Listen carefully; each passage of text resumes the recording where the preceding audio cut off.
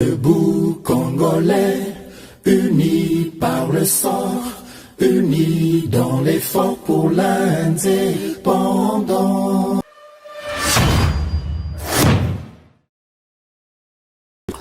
Boye malamu na GCAM télévision, fidèles abonnés, chers internautes, Sengonangai Koyeba Bino ebele à travers Mokili Mobimba, à travers bien évidemment République démocratique du Congo, Nabolandi Basango ya RDC sur toute étendue du territoire national, na pesibino matondo mingi pour la fidélité na bino, utambula oye bandaki en tout cas bozaraki na biso elongo bozo partager na biso basango. Merci pour na ba commentaire na bino, merci na attachement na bino particulier na émission oyo ya ba éclairé to bengaka Debout Congolais. Je suis fier de vous parce que bo simba qui vraiment bendé l'école au Congo à travers émission oyo na ko partager na ko sala nyonso bino bokoki ko sala. Et là je profite pour souhaiter un joyeux Noël à tous nos téléspectateurs qui respectent cette tradition. En tout cas, les appels à téléspectateurs na biso oyo Noël et le belakabango et le côté, mais joyeux Noël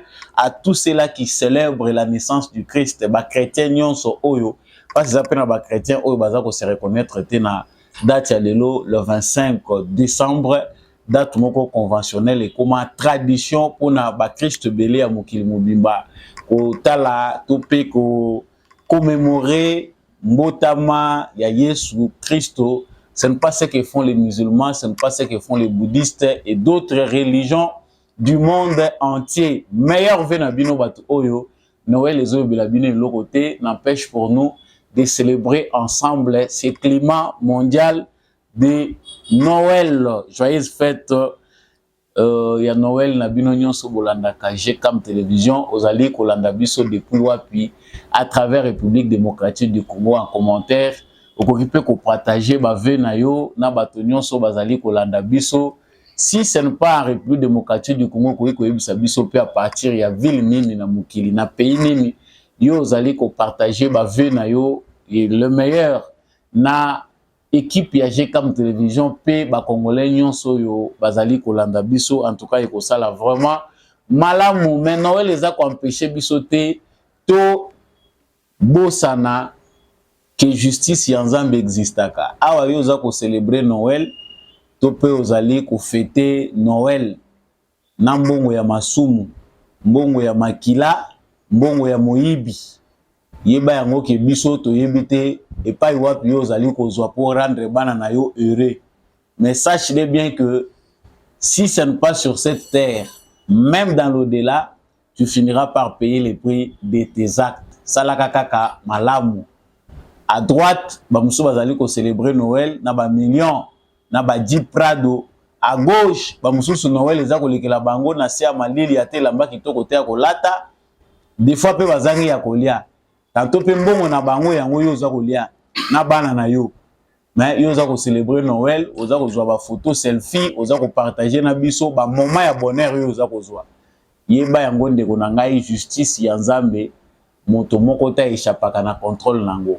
Mabe ozali ko sala même bana na yo ba ko futaka yango. Eza nango sentence te lelo ezali journée ya joie, bato nyonso bafangi na bandako na bango na ko partager kaka bonheur, na ko partager basango ya mabete. Message ya liboso to kolobela na kati émission na biso ezali ko uta na Tata Fridolin Ambongo cardinal na biso. Boyi malamu ete a se prononcer ki mokolo lobi concernant maponomi. En tout cas, constat na ye ezali amer par rapport ya maponomi ndenge elekeli. En tout cas pour na ye amoni ke maponomi eleki na lolenge esengeli te. Mais Tata cardinal a yebisi biso te issu ya maponomi yango ekozala nini. Est-ce que sengela ki te Tata cardinal aze la mission na bango epesa o ezali verdict final to pese ni asilisa nyonso na ko publier pour ye aya ko pesa o ezali pensée na ye. Pourquoi n'a-t-il pas attendu que la mission d'observation électorale de la Senko et l'ECC puisse publier de manière définitive o ezali rapport na bango avant ye aya ko pesa biso o ezali makanisi na ye. Tokoyeba yango na kati ya émission oyo. Volte face ya clan Katumbi, Christian Mwadosu et Mwadou Simba appelle les Congolais à être courageux et prêts pour le mot d'ordre de Moïse Katumbi mot d'ordre ya bango ezali ke bazali ko se reconnaître te na ba résultat ndenge ezali kokendele tokolobela pe ba première tendance ndenge toyokaki yango lobi Félix Tshisekedi a battu les records historiques il y a ba élection en tout cas c'est sans vraiment surprise que tous allez koyoka ba résultat ou tout le belaki yango bien avant façon le peuple congolais s'exprimer sur les 1 million de votants oyo bazali ko constituer première tendance au CENI a publié Félix Tshisekedi rafle déjà 82,60%. Il y a bah, suffrage exprimé, c'est déjà beaucoup. Vraiment, deuxième naïe, Azako Kitamusika. Donc, Aza même pas quoi arriver na cheville. Et Zali, bah, résultat moko exceptionnel. Que retenir de ces résultats? Que doivent faire les Congolais? En tout cas, nous allons en parler. Mais, parlons de ces élections. Surprise, moko ya élection où ils ont candidat moko à Yebanité. Nanga ikutu nazwa pe tante na landela na kati ya ba candidat na yoka kombo ya ndeko moko kombo ni Rajabu Tebaho kombo yango pe eza pasi mais monsieur Rajabu a surpris tout le monde alekina Fayulu na tendance ya liboso ezobima ya ba élection d'où vient vraiment se voix nini pende sali ke ndeko Rajabu Tebaho qui n'est pas connu puisse battre record toza komona apesa biso surprise ya boye 9000 et quelques voix ndenge bokomona na tableau tokopesa bino awa tokomeka un peu to sosola toyeba pourquoi qu'est-ce qui a fait que ndeko wana aya koleka Fayulu a se positionner na sima ya Félix Tshisekedi na Moïse Katumbi. Toujours parlant des élections, il faut toyeba que déploiement moko massif ya armée et salami na o Katanga et salami na ba point stratégique ebele ya o ezali ko constituer les grands Katanga en tout cas population azali na esengo ya komona que ba autorité bazu vraiment au sérieux les kamu ya sécurité ya population pendant moment oyo ya ba élection ezali vraiment joie munene ba vidéo ngo tantôt pe omona ki yango me komona ngo lisusu na kati ya émission na biso et puis pona ko suki se sengeli to ba ete il y a un décès à Kinshasa de Laurent Delvaux, responsable informatique de la mission de l'Union européenne. Akufi ndenge nini, akufeli na immeuble bazako benga Hilton Hotel, ezali récemment inauguré. Na 12e étage pas iwapi azaki logé payé moko a wuti kuna abambani na mabele akufi. Liwana ye eyebani na mutuna makolote, en tout cas justice baza ko mener enquête pour na ko déterminer circonstances ou ememie na diwa et puis baza ko talisa biso que l'Union européenne bien que ba se retirer qui na mission d'observation mais baza qui une équipe moko restreinte il y a experts électoraux baza qui 8 personnes oyo batikala ki awa donc si qu'il y a une liste technique pour na ko landela processus ya électoral et République démocratique du Congo. Déjà certains opposants accusent de pouvoir en place que Baluki ba effacé parce qu'il a des vérités compromettantes ya makabeleki na moponomi tokozonga pe na sangwana yambo to sukisa vraiment basangona biso ya lelo mukolo ya Noël na tondi bino encore une fois de plus botondi mingi joyeux Noël partout où vous nous suivez à travers la République démocratique du Congo à travers le monde entier ba ope bazali ba mapinga na biso na zamba utiki famille na yo ozali pour célébrer Noël na yo na zamba pona bolingo ekolo pona postola yo pona ko défendre l'intégrité territoriale. En tout cas, nous sommes reconnaissants envers ces citoyens là exceptionnels oyo na moment oyo biso tozala ko lala na toute sécurité ezana batu oyo bazoko kufa malili bazako lala libanda mosika na ba famille na bango pour que kimia ezala sur toute l'étendue du territoire national coup de chapeau na bino pensée pieuse pona ba citoyens wana exceptionnels nakanisi ceux qui ont payé au CPL pendant la malubano, nous avons soutenir bandeko na biso, ba wazalendo, ba FARDC, oza FARDC na motema, wazalendo na motema. Tika yango na commentaire, kotali sapenda ya solo que ozali muzalendo congolais ya solo. Nazongi na basango République démocratique du Congo ezoko continuer toujours ko émerveiller mukili en tout cas. Tout le belagi mingi na likambo etali maponomi na ba réalité na yango tout pesaki o ezali ba estimation total ici outre les élections de la diaspora qui ont démontré que le peuple congolais de manière générale a sanctionné les ennemis du peuple, les candidats de l'étranger, tous ces aventuriers politiques qui veulent empêcher l'élan qu'a déjà pris la République démocratique du Congo, en tout cas, Congolais de manière générale. Azali n'a sentiment moko, c'est que Félix Tshisekedi reste à la tête du pays. Je vais commencer par ma tendance à Liboso Seni à publier qui le sous mukolo lobby. Ndenge bozali komona na fiche wana, bozo komona en tout cas ba résultat ezali vraiment impressionnant. Biso nyonso tozali kokamwa, mais pour nous autres ezali likamwa kokamwa te. Nous en avons parlé dans plusieurs émissions que à l'Iro, une élection en face de Tshisekedi, il n'y a rien. Mais nous avons en face de Tshisekedi une opposition désorganisée qui n'agit même pas comme une opposition dans un contexte démocratique, mais qui agit comme un organe de division. To belela ki mingi koloba ke ezali na bato oyo bazali komibenga ba opposants, mais objectif na bango ezali te ko œuvrer pour le bien-être des Congolais, pour l'intérêt général, mais plutôt pour l'intérêt na bango égoïste, bazali prêt à diviser peuple congolais. Ba résultat yango tomoni ezali sans précédent. Même Kabila, lorsqu'il s'agit de tricher, bande koyeba ke a tricher azalaki coude à coude na bato oyo bazalaki ba challenger na ye. Mais ba résultat oyo ata ozali mutema mabe eza fabriqué te.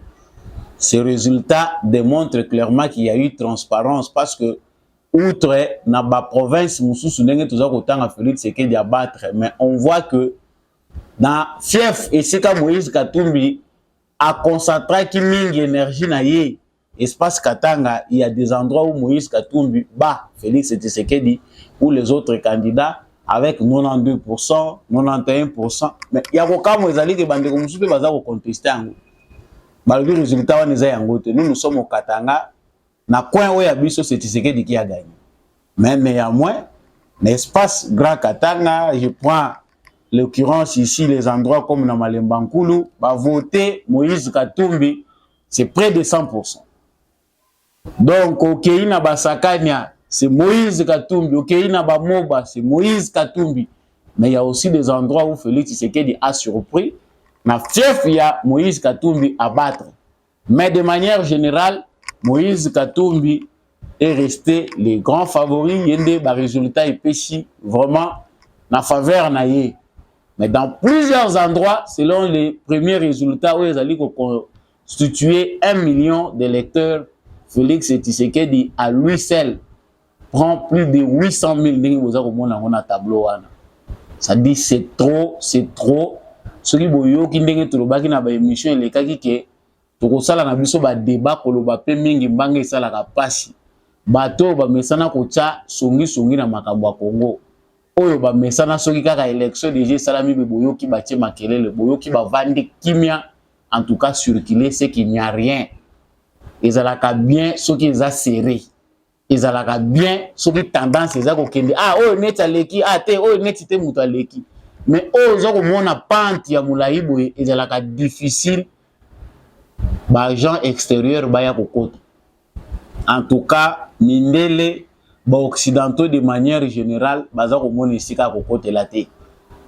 Les jours passés déjà ba mission d'observation électorale ebele ba kendaki ko féliciter Tshisekedi. Balobi en tout cas félicitations, au moins il y a un bon pas. Le moni makambo sali. Nous vous encourageons pour ça. Voilà les recommandations. La particularité, oh ba musu baza ko mona lokola défaut ezaki élection esungi mutu nyonso.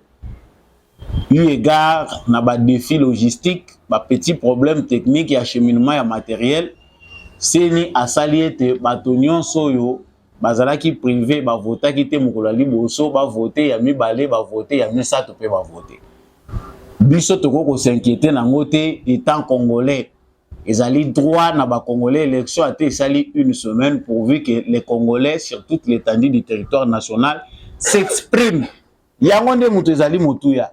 Donc ba premier résultat oyo eza ko pesa attention. En tout cas, si la majorité du peuple congolais et sereine.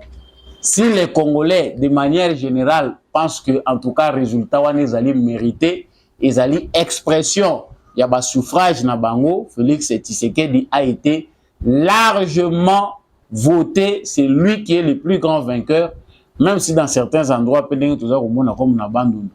Ok, na Kenge, Martin Fayulu a battre record kuna, suivi de Félix Tshisekedi. Ok, na Idiofa, toujours dans les grands Bandundu, Félix Tshisekedi bat aussi largement Martin Fayulu. La tendance est partout. Et là où Félix Tshisekedi s'impose, comme un espace grand Kasaï, moyen de le bezate. Au Kenya, Congo central, moyen de le bezate. Au Kinshasa, moyen de le bezate. Les résultats, malgré l'union sociale, en face de Tshisekedi, il n'y avait rien. Nous avons le droit de fêter Noël en paix, pour ceux qui fêtent Noël, de passer ces jours de fin de l'année, ces vacances, où ils allaient mondial, tout fêter en gros, dans ya kimia, aux alozu lipa, ils alozu en côté, dans le calme. Le peuple congolais s'est exprimé, il faut respecter ce qu'a dit le peuple congolais.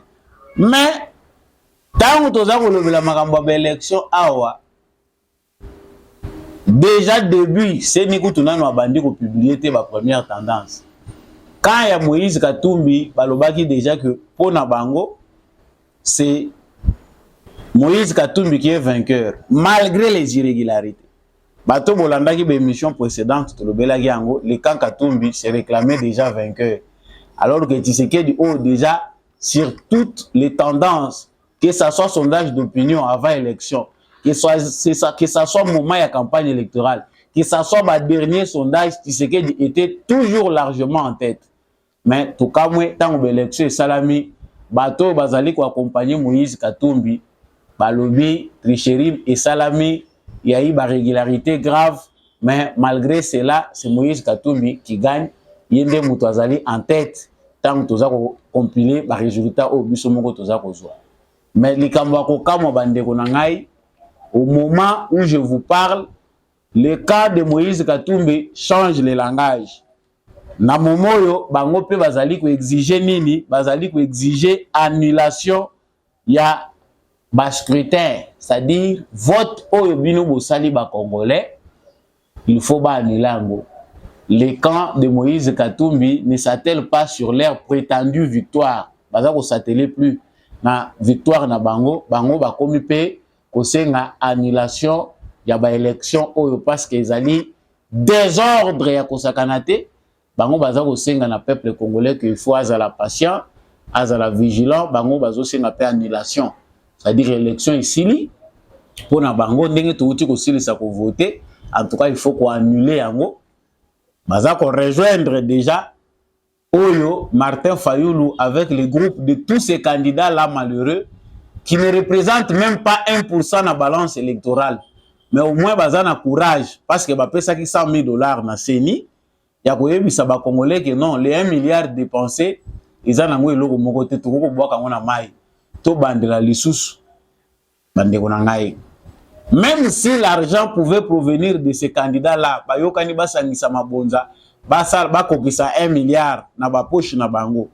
Nous Congolais, tokende kaka kokende ko satisfaire aux ezali ego, il y a un groupe d'individus qui pensent que le devenir du Congo doit normalement s'adapter à leur profil et leurs intérêts. Ça dit pour Congo et Tambola, il faut tout se recadrer. Hein, tout se mesurer par rapport à la vitesse et na bango. Si Fayulu ne dit rien, ce qui bat FCC va lever l'autre côté, c'est que la question que le Congo est avancé. Mais la joie que moi j'ai dans le moment, dans le jour où il y a l'élo à Noël, les alliés que le peuple congolais s'en fout, leur expression est nulle parce que Bazali Koloba au Congolais a kanisate. Ici, le sondage fait démontre clairement que partout sur le territoire national, même Bissika Oyo Moïse Katumbi a gagné, là on veut manipuler les gens, que Moïse Katumbi devrait vaincre l'élection, les gens ne sont pas prêts à aller dans la violence, à accepter l'aventure à la Nanga qui consiste à créer une comédie na moment oyo niveau to komi ya démocratie na biso kolakisa bato ke non il faut kokota zamba, il faut kosala boye pour koya ko arracher le sous pouvoir. Donc retenons que pona bato ya Moïse Katumbi zamba nde muto est important. Pona bato ya Moïse Katumbi un peu ce qui se dit déjà na tendance ya nanga na ba M23 eza déjà eloko eza na mitu na bango. Avant na koma na maloba tata cardinal Fridolin nazo koma isika oyo Christian Mwando alobi, les Congolais, il appelle les Congolais à être courageux et prêts pour les mots d'ordre de Moïse Katumbi. Donc il faut pas se laisser intimider. Bangonde mutu bazali na makambo nyonso, bango bazali kozela eloko moko te Congolais azali intimider te bobanga te. Lobi pe fausse nouvelle moko etambolaki que o ba militaire bazali ko encercler ndako ya Christian Mwando circuler. Tango bandaye koyoka Kabila zo kata internet ezali pona bêtise ya ba Congolais. Mais lelo bozana droit ya kozala air nyon son internet, le pays tokei to voter, c'est comme si ezo kokanango binoté. Vous êtes là avec votre téléphone, vous créez 4 faux comptes, obandi ko publier nini ndako ya mwa do simba ba encercler, ba okangele na likambo nini. Seulement si il ose troubler l'ordre public, basi balakaki bango. Moto oyo akoluka a créé des ordres à akokuta na force publique na nzela na ye. Donc la maison de moi de Simba n'est pas encerclée, c'est un démenti du ministre de l'Intérieur Peter Kazadi. Batikani mutute, bakoti pe na ndako mutute. Les forces de l'ordre font leur travail. Je voulais suivre cette vidéo. Elle est très révélatrice. Il y a force de l'ordre ndenge bazaliko. Binomoko bozako monango, c'est l'armée. Baye pona ko boma population te, baye pona ko protéger population. Et puis vous verrez bozako monango très bien que le peuple est content. Population bazana bango na kimia, bazana esengo. Ah, l'armée déjà rassure, il n'y aura rien. Ils ont un bateau balingi pour réveiller ba vieux démon. Bateau ba vivre na paix sous prétexte que non, ils ont un candidat moko vainqueur malheureux, on ne sait pas. Oyo ceux qui va publier makamala muté bato bakozanga kimia circuler, aller vendre, acheter, il n'y aura rien. Trobagango depuis longtemps. Ce qu'ils veulent, c'est semer la psychose na niveau de la population. Bato bakota bobangi, ah omoni bako papa na machette, il y aura agression, les gens ne vont pas s'agresser. Ils ont un métier à Congolais. Au moins, place population a se reprocher na rien. Population a contente. Bato ko bazo ke ko kabula ba soda na mai na mapa bozo na bino papa to se peli ndenge boye pour na ko sécuriser biso. Les gens n'ont pas besoin que ba mona intention ya mabe. Mais qui sont ces démons là qui veulent que moto épée là? L'armée est là pour rassurer bandeko bokomela kinge ebele. Bolobi ndeko samba olonga bino bozolo bakaki bato bavanda kimia omoni bazoboma bato bandai ko boma na bango mutute. Tout était prêt, on savait qu'il y a des manipulateurs, ils ont bateau baza mal intentionnés, baza ko luka ko sala mabe. Gouvernement vanda kité et c'est ce qu'on vient de voir. Au Meki bemba sala kakibino, la force publique est là. Soki omoni ko za makasi ya ko affronter République Mobimba. OK. Sala yango. Yo aussi on se déclara qui vainqueur. Olobi que non, ba tendance nenge toza ko mona na ba PV na biso, c'est nous le vainqueur, c'est Katumbi qui gagne. Kaka yo moko wano baluki le sous olobi te ba annuler l'élection. Ça no sens. Eza atana iloko etoko ko lobela wana te. Donc pour le peuple congolais lelo la lobaki na ko loba ba sangwa mabete ba développement minaye ko zalate. Chers Congolais, chers Kasaïens, chers Katangais, chers Bakongo, les gens de les nés Congo, bandeko na biso ba Kinois, bandeko na biso ya Sud Kivu, Nord Kivu, les Kivusiens, bandeko na biso province orientale, partout oyo biso tozali to batela kimia oyo ezali cher. Nous avons prouvé au monde entier que tozali peuple moko mature. Maturité wana il faut to continuer ko prouver yango. N'allez jamais suivre un aventurier oyo aza ko luka ba intérêt na ye, aza ko luka ndenge nini ko associer ba Congolais na katikati. Non. Ils avaient tout le temps. Ils avaient dit chemin nini ya vérité singeli bango bazwa. Nazongeli bino awa Nalikambo etali candidat moko na ba élection présidentielle. Monsieur Rajabo Tebao, ndenge bozo komona ye na télévision. Monsieur Rajabo Tebao, personnellement nga na yebi ete. Na yebi cursus na ye académique te, je sais pas il a étudié où, il est né où, en tout cas, franchement avant je ne le connaissais même pas. Bon, la surprise générale, moutunyo sozo koluka koyeba, mais monsieur Oyo Rajabo Tebao que vous voyez, comment a réussi kozwa 9263 voix, c'est-à-dire 0,90%, devant Martin Fayoulou qui a 7965 voix, ça veut dire 0,80%. Félix Sekedi a 850 684 voix, ça c'est la première tendance. Katumbi a 147 053 voix, 14,30%. Ça dit, Batunyon sur Mituni,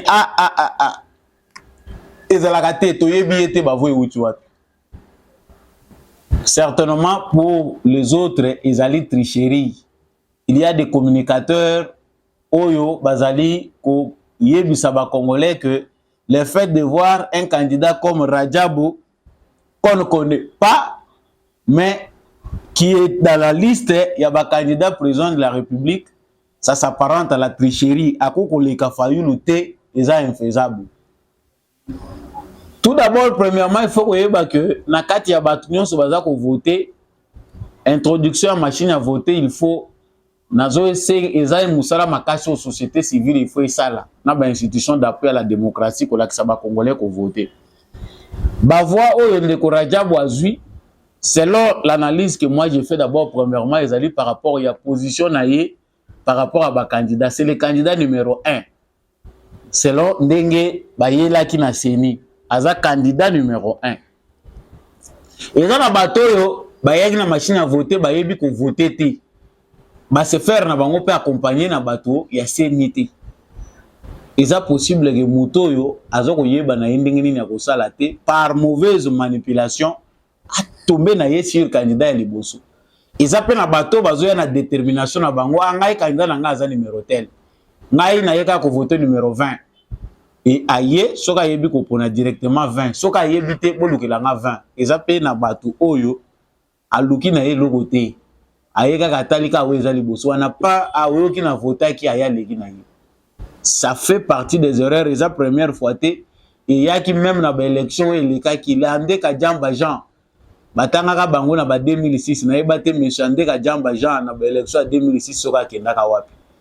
Donc monsieur Rajabo par rapport à sa position dans la liste des candidats, s'est vu avoir des voix 9263, ba voix kanakite, asala na épée campagne te et loko moko te.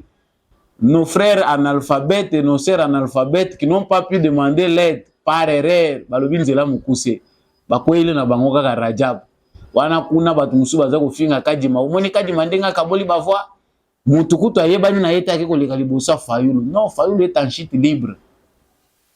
Fayoulou aza na chute libre. Kuna pena 21 aza kuna musika kuna batu musu pe basangisika na kanda nyonso wana na musika aza na 21 na kende koluka ye.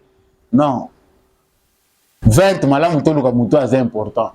Mais to ke koluka muto yo politique comme flou to zo yeba kota zo kokendete.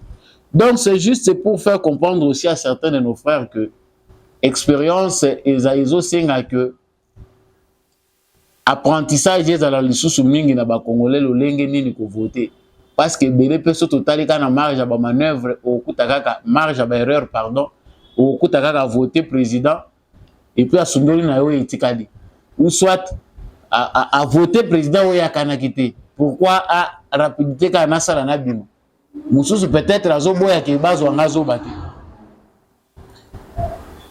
Tata cardinal Fridolin Ambongo a pesi message na ye ya Noël. En tout cas, goût oyo ya zana ngoya ba élection ezali ndenge moko na bisoté. Ba élection oyo eleki na climat moko eza kopesa ye kimia te. Pona ye ba élection ndenge eleki na République démocratique du Congo ezali ba élection moko vraiment na désordre mingi. Désordre où il est qui na ba élection et pas tata cardinal. Ezali pas si nous venons d'assister selon lui à un gigantesque désordre organisé. C'est-à-dire ezaka désordre nde bango bazali ko constater. Tata cardinal a monique élection et qui na lolenge ya malamu te. Na tiki bino moko bolanda enanu sima tozongi. L'organisation du processus électoral s'est transformée en un gigantesque désordre organisé. Nous attendons d'abord les conclusions de notre observation électorale.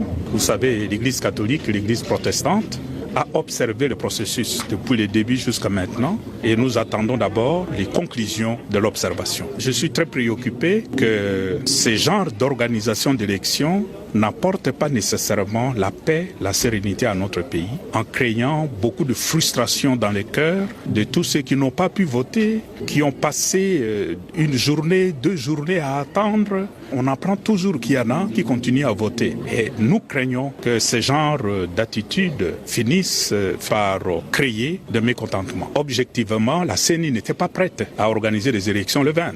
Mais la CENI a voulu faire pratiquement une organisation par défi, parce qu'on avait dit qu'elle n'était pas prête, il faut démontrer qu'elle est prête, mais voilà les conséquences. Ça a été un gigantesque désordre.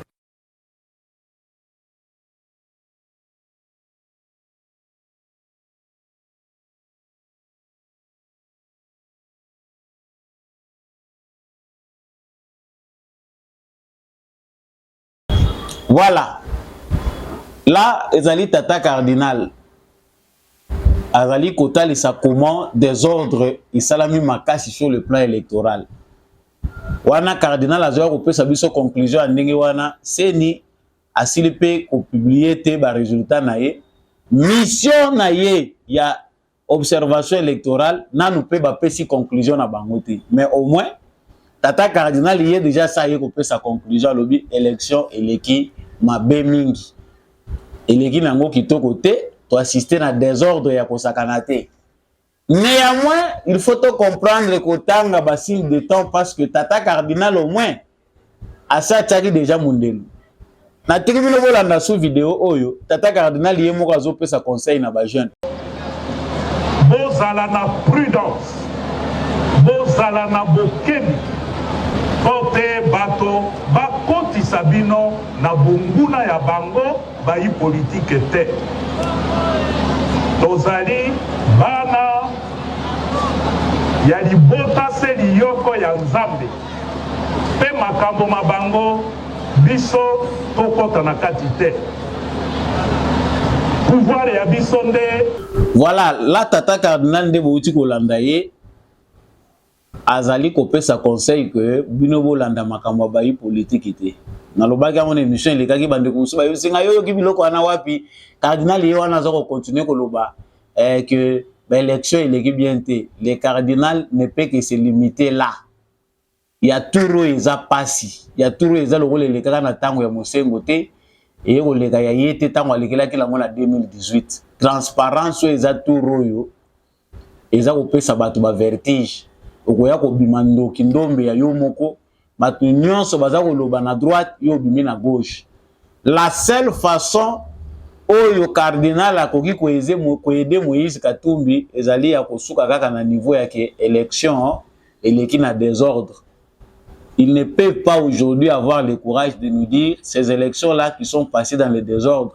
Est-ce que résultat ya ba élection ezate? Conclusion nini ya ba élection wana eleki na désordre? OK.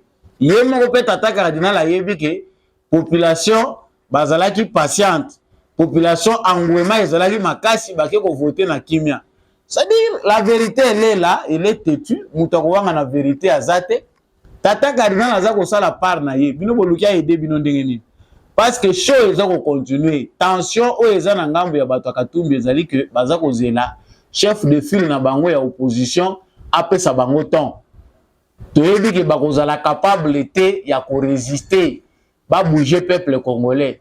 La seule personne oyo bango bakoki ko compter sur ye pour essayer d'embrouiller les Congolais, c'est le cardinal Fridolin Ambongo, l'église catholique, n'a pas SCC.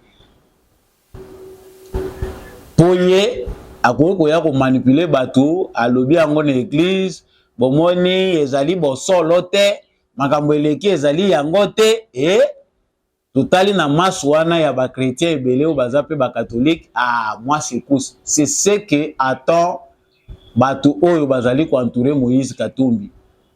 Ils veulent beaucoup, ils attendent beaucoup de la part de Tata Cardinal. Mais Cardinal, cette fois-ci, Aza prudent. Tout ça, on a justifié Makambu, mais pas jusqu'à se salir cette fois-ci. Na pour la bilamba, bobimba pona bino. Oyo to si to sali, oyo to zoko sala ekoki. Au moni a bendi ba jeune matoi, boko ta makambu ba politique te, makambu na bango etali bino te. Eh, Cardinal a commis comme makambu politique, mais bako kota gaga, ce sont des électeurs, ils doivent être là. Et les jeunes savent qu'il n'y a rien. Et là, on va dire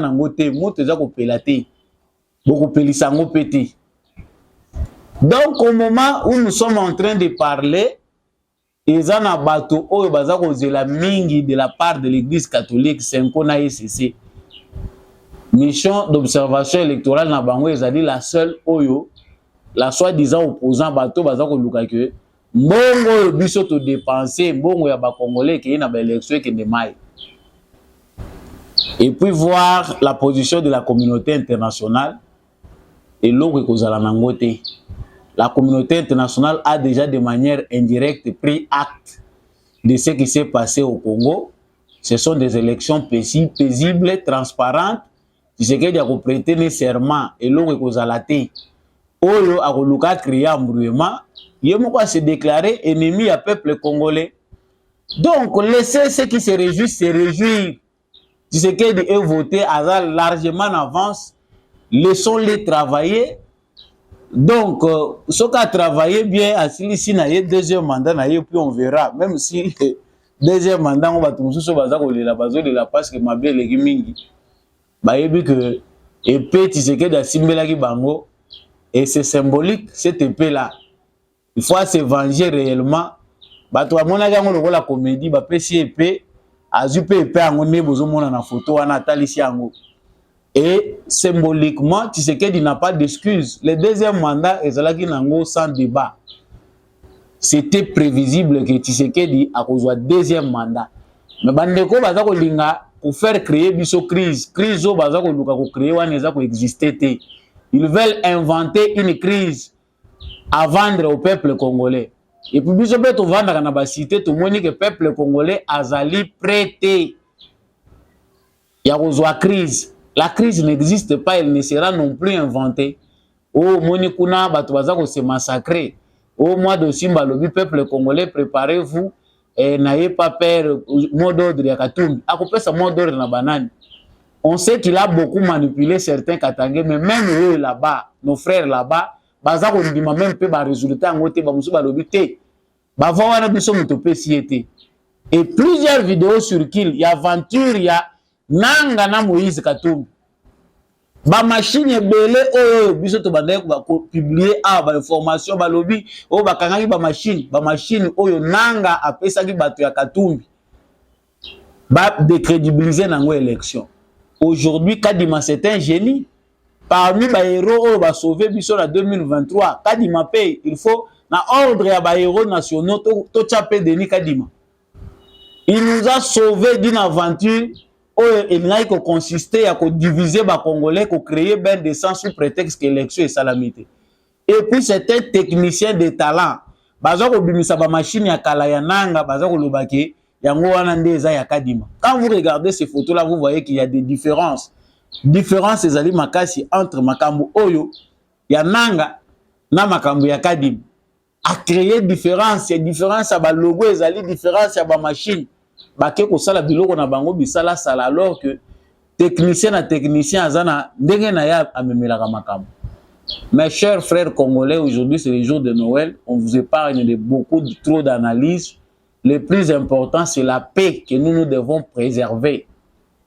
Ozala na Katanga, ozala na Kasai, na Kinshasa, to na Congo central, to na Est de la République démocratique du Congo, to pe na centre. yeba yango que le Congo reste un et indivisible. Bato yo baza ko luka ko recruter ba jeunes, baza ko luka ko créer ba foyer ba tension, il faut qu'on faire échec na ba aventure na bango. Tshisekedi est élu valablement. Les jeunes doivent se mobiliser, attendre que ce mandat de Tshisekedi réussisse à répondre à l'aspiration profonde du peuple. Azala lisusu une excuse. Voilà ce qu'est l'actualité. Et ça, on va côté que la bisoté. Nabosuki si awa événement moko eleki décès ya monsieur Laurent Delvaux, responsable informatique ya mission à l'Union européenne. Ndeko ya Koufi Mundele aza informaticien parmi experts. Oui, experts ya Union européenne. Bisota on toyebi officiellement que mission ya Union européenne bendanaki, mais ba bendanaki kate. Ba esi bango matériel ko kota te bokende na bino soki bolingi ko kende. Bakangi bisaka bakei balobi ba abdiquer. Mais njoka nde ba diembelaki kaka. Oui, experts na bango batikalaki baza ba experts électoraux. Bayaki na kati ya mission observation na bango. Donc bakei mais équipe restreinte etikali yao. Pour mona nanu makambo ezoleka na mboko oyo. Mboko oyo c'est que mutu nyonso ayaka na mboko alinga kobima na ete. Biso toyebi ke Union européenne ekei baza ba observateur te, mais Union européenne atiki ba expert na ye ao de manière restreinte. Mais soit on met fin totalement à la mission, soit on est là, soit on n'est pas là. Oh, équipe restreinte, il y a 8 personnes. Donc batikala ki lisusu toujours na kati ya koluka ndenge ni ko manigancer. Lekoyo côté azalaki logé na hôtel chic ya capitale, Hilton hôtel oyo ba hôtel ko inaugurer ao. Na deuxième niveau, place pe ba loger ye mutu azate ye moko mutu azale seul loger kuna. To yebite crise ya musala ye moko alingaki ba pesa ki amoni ke vérité c'est yebani mingi. Ou bien musala ba pesier tantôt réseau ezo simba lisusu te. To yebite. Quant à olongwa na 12e niveau, on se retrouvait écrasé par terre au kwei na se eza ko kamusa batu nyonso. Il était dépassé. Moi si aboyaki ayaki kolanda baser na biso bazaka na bon marché awa to yebite justice eza ko sala musala na. Mais pendant ce temps, les communicateurs de Kashogwe veulent mettre ça sur le dos du gouvernement de la RDC. Oh babomie po yende mutakoye la bino vérité. Vous avez mis ceux qui 200 000 témoins, ceux qui botiaki combien d'observateurs, botié les sous na appui que mission d'observation ya 50 ya ngonde mutu résultat au biso to kondima.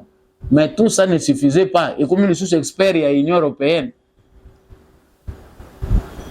ça c'est un mauvais signe. Koluka ko décrédibiliser batu. Ba mindele pe bazalaka na bango miteme suka ka noki amone loko moko elekeli na mutu. Ah tikana miboma po soni ya boyenga na kokokana ngate. Biso batu to s'approcher kana vie. Ba mindele bakokaka pasi te. Bo biso ozana pasi na yo tantôt zangi na ya koyame ko midiembe kate. Mais za bango te pasi kala soki leki oye okuta ça se pendre. Mais biso mutazo vivre bon moyo mobimba na pasi wana. Biso pende bele bakokota lola ya solo parce que ça difficile mutu mwindo mona se pendre a mipeshi liwa toza muke malgré passion. Donc ndeko akena yembeka ya mission ya Union européenne pour quelle finalité? Bino bosi bolobi ke matériel na biso lokola boboyi to salela yango bokanga bisaka biso to kangi bisaka to kei to kozala lisusu te mais botika ki ba technicien mpona nini? C'est que bango moko bozaki na mission botika yembeka kufa po boya ko luka bisika nini boko diembela ou bien ndengeni. Chacun peut penser comme il veut. Nakanisi mission lelo malamu esuka wana tozo peta ya kopema pona ko mema lisusu makambo ya sika lobby toyebi que actualité congolaise est plus qu'un sujet d'examen. C'est complexe, la réalité ça ko s'ajouter chaque heure, chaque moment, mais la vérité au moins pour cette fois-ci elle est disponible pour tout le monde. Oya ko lobate ke ba manipuler kinga na yeba kite non. Aujourd'hui, la plupart des Congolais sont très proches de la vérité que moyen manipulation et les cailloux na ignorance est zati. Merci Nabino Baignon Sobolanda qui émission Debout Congolais. Encore une fois de plus, n'a souhaité Bino joyeux Noël, Nabino pe meilleur vœu partout Bino Boza Kolanda. Neko Samba Olonga na émission Debout Congolais. En tout cas, tikela biso kana commentaire depuis wapi Yolanda ki émission oyo oza wazalendo FARDC na motema depuis wapi ozali kopesa ba meilleur ve depuis wapi na province nini ya République démocratique du Congo. Donc particulièrement na lobai ke mabanga ekoya tant to koma le 31 bocha bino nyonso bakaske na matoi pona ba fidèle téléspectateurs ya GCAM télévision tokozonga pona ko lobela ba fina biso. Merci mingi na ndeko Chako mbi azalaki na sima caméra pour cette émission oyo ekoma na bitando na bino. Matondo mingi na apôtre Gérard Kabeya, merci beaucoup na papa Freding. Oui, merci beaucoup à papa Boniface Mpunga, merci à maman Bilbilonda, mon vieux Maurice Kikangala, merci à papa Jeff depuis l'Autriche, merci à papa Kennedy Mukendi, merci na baignon sur Bolanda émission de Bou Congolais, maman Annie Masamba, en tout cas mbote na yo mingi, mbote na baignon so oyo oza Bolanda de Bou Congolais. Liste za moulaï na pesibino rendez-vous le 31 décembre. Donc na réveillon, sachez que Montonion Salandaka fidèlement GCAM télévision, en tout cas pour la majorité Bogoyo Kapenda ba mabanga na bino ya GCAM télévision. Ngai na bino tout mon année prochainement encore une fois de plus ba meilleur V na émission Sika.